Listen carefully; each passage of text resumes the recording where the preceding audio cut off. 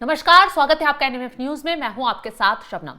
Iran Israel में जंग छिड़ी तो दुनिया में तेल और गैस के संकट खड़ा होने की खबरें सामने आ गई। हालांकि इसकी चपेट में कहा जा रहा है कि भारत भी आ रहा है। मोदी सरकार लगातार एक्शन में जुटी हुई है कि तेल संकट और गैस संकट भारत में खड़ा ना हो, इसकी सप्लाई चाहे थोड़ी होती रहे लेकिन होती रहे। अब इसी बीच कुछ जमाखोर पकड़े जा रहे हैं जो घरों में एलपीजी सिलेंडर जमा कर रख रहे हैं, और दूसरी तरफ विपक्ष सवाल खड़े कर रहा है कि देश में तो हाहाकार कट गया है, गैस खत्म हो गया है, तेल सप्लाई बंद हो गई है। अब सवाल यह उठ रहा है कि क्या वाकई में देश में गैस का, एलपीजी का संकट है या फिर संकट खड़ा करने की कोशिश की जा रही है। इसका जवाब जानेंगे। चर्चा के लिए हमारे साथ जुड़े हुए हैं वरिष्ठ पत्रकार पंकज प्रसून जी। सर, मैं आपके पास आऊं उससे पहले देश के तमाम इलाकों से कुछ आंकड़े सामने आए हैं जमाखोरी के। कहां कहां कितने सिलेंडर पकड़े गए हैं, कौन गिरफ्तार हुआ है, वो एक बार ग्राफिक्स के जरिए विस्तार से दर्शकों को बता देते हैं। झांसी में 500 से अधिक सिलेंडर पकड़े गए, 11 लाख से ज्यादा कैश बरामद हुआ, गैस एजेंसी मालिक एजाज सहित 7 लोग गिरफ्तार हुए हैं।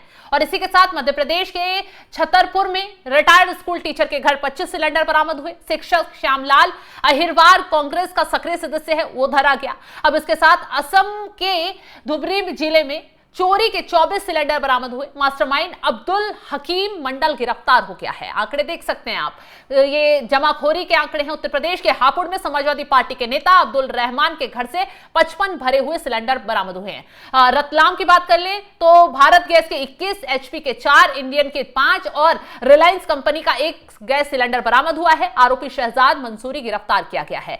और आगे भी बिहार की भी बात कर लेते हैं। बिहार के सासाराम में छापेमारी के दौरान 11 गैस सिलेंडर जब्त हुए हैं और जबकि शहीद मोहल्ले से 3 लोग गिरफ्तार किए गए हैं। तो ये वो आंकड़े हैं जो जमाखोरी के हैं। छत्तीसगढ़ के जगदलपुर में 24 घरेलू और 10 कमर्शियल सिलेंडर जब्त। आरोपी प्रशांत महाजन पूर्वी कांग्रेस का पूर्व नेता है, वो गिरफ्तार यहां पर धरा गया है। तो ये जमाखोरी के वो आंकड़े हैं जो बता रहे हैं कि देश में क्या वाकई में एलपीजी का संकट खड़ा हो गया है या फिर खड़ा करने की कोशिश की जा रही है। सर, जिस तरीके से माहौल क्रिएट हो रहा है, जगह जगह लोगों की भीड़ देखी जा रही है, क्या वाकई में एलपीजी का संकट है? जिस तरीके से जमाखोरी सामने आ गई, अगर संकट होता तो ये जमाखोरी नहीं दिखाई देती।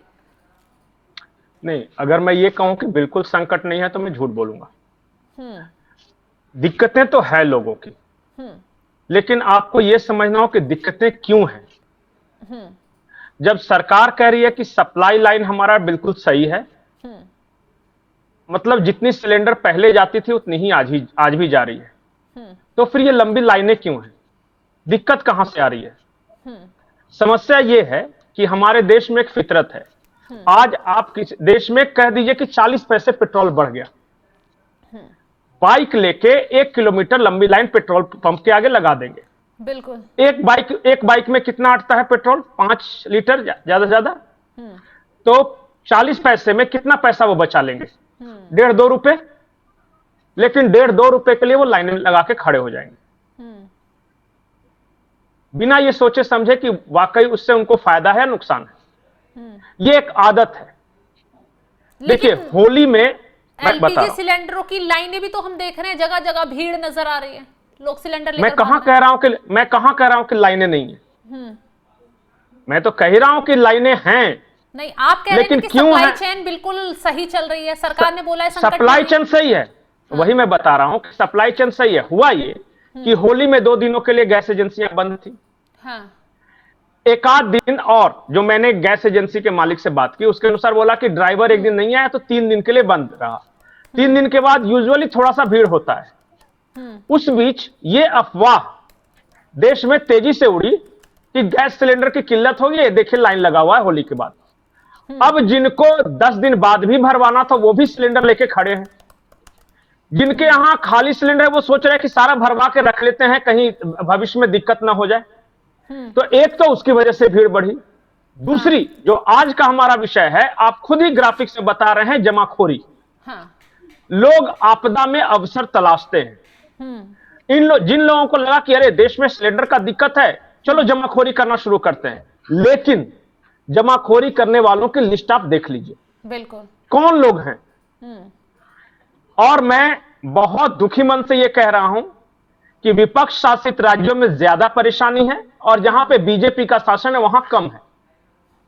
क्यों है ये आप जाके पता कीजिए। दूसरी बात, ये आप जाके पता कीजिए कि ये जो जमाखोरी में आज तक पकड़े गए हैं, जो आपने ग्राफिक्स में बताया, चाहे वो झांसी हो या कोई समाजवादी पार्टी का पकड़ा जा रहा है, कोई एजाज पकड़ा जा रहा है, कोई पूर्व कांग्रेसी अब्दुल पकड़ा जा रहा है, ढुबरी से मुस्लिम पकड़ा जा रहा है, आखिर कौन सी ऐसी वजह है कि एक ही तरह के लोग पकड़े जा रहे हैं, या तो मुसलमान या विपक्ष से जुड़े हुए लोग?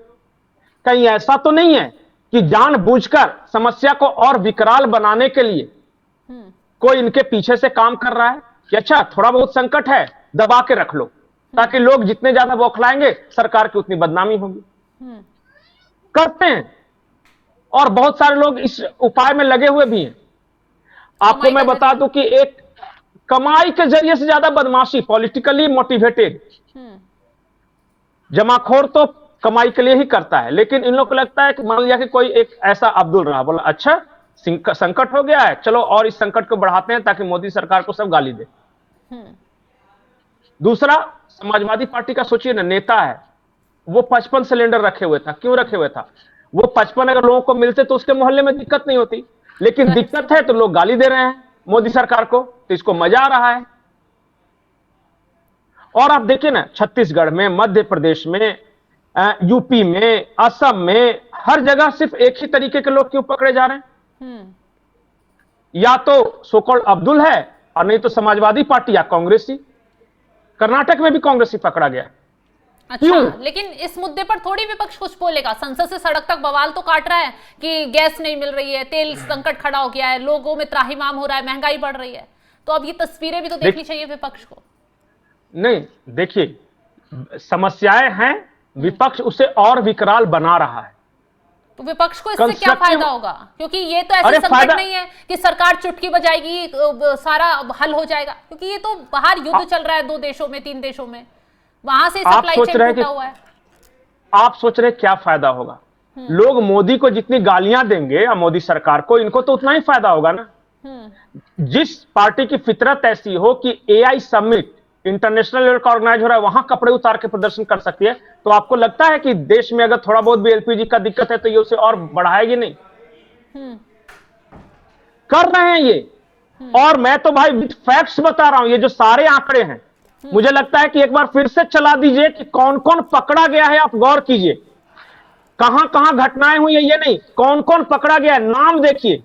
बिल्कुल, एक बार फुल में ग्राफिक्स दिखाएंगे, वो एक बार बता देते हैं दर्शकों को, कौन कहां पकड़ा गया, कितने सिलेंडर जब्त हुए, किसकी गिरफ्तारी हुई है। आप सिर्फ इतना बताइए कि कौन पकड़ा गया और उसका नाम क्या है और किस पार्टी से जुड़ा हुआ है। बिल्कुल, एक बार ग्राफिक्स दिखाइए, बताते हैं दर्शकों को कहां कौन धरा गया। तो बता दें, एजाज पकड़ा गया है झांसी से, गैस एजेंसी का मालिक था एजाज, उसके साथ 7 लोग पकड़े गए हैं। और मध्य प्रदेश की अगर बात कर लें तो रिटायर्ड स्कूल टीचर गिरफ्तार हुआ है, उसके घर पे भी भारी सिलेंडरों की जमाखोरी हो रही थी, एलपीजी सिलेंडरों की। और अगर आगे बात कर लें तो असम में अब्दुल हकीम मंडल गिरफ्तार हुआ है, जिसने अपने घरों पर जमाखोरी कर रखी हुई थी एलपीजी सिलेंडरों की। और हापुड़ से अब्दुल रहमान जो पकड़ा गया है, 55 सिलेंडर उसके घर से जब्त किए गए हैं। सोचिए, ये वो लोग हैं जो जमाखोरी कर अपने घर में रख रहे थे। और इसी के साथ रतलाम की अगर बात कर ले तो शहजाद मंसूरी गिरफ्तार हुआ है, उसके घर पर भी भारी संख्या में ये सिलेंडर मिले हैं। बिहार के सासाराम से जो जक्की शहीद मोहल्ला है, वहां से 3 लोग पकड़े गए हैं। तो ये वो लोग हैं जो जमाखोरी कर सिलेंडरों को रख रहे थे, एलपीजी अपने घर में जमा कर रहे थे। इनकी वजह से कितना बड़ा संकट खड़ा हुआ। जी देखिए, मैंने 10 उदाहरण बताए, 10 में से 3 कांग्रेस का सक्रिय सदस्य, एक समाजवादी पार्टी का नेता, और बाकी अब्दुल मतलब समझ गए लोग कि मैं क्या कहना चाह रहा हूं। मैंने सिर्फ 10 केसेज उठाए हैं अखबारों से निकालकर कि कौन है संकट बढ़ाने के पीछे। इस देश में ऐसे लोग हैं ना शबनम, कि अगर इस देश पर किसी का युद्ध हो जाए तो कुछ लोग इसलिए खुशियां मनाएंगे कि अच्छा हुआ मोदी बदनाम हो गया, संकट में आएगा। ये फितरत हो गई। उसका नुकसान उन्हें भी झेलने के लिए मिलेगा। नुकसान हो जाएगा तो हो जाएगा, लेकिन मोदी को गालियां तो पड़ेगी ना, कम से कम वो इतने में ही खुश हैं।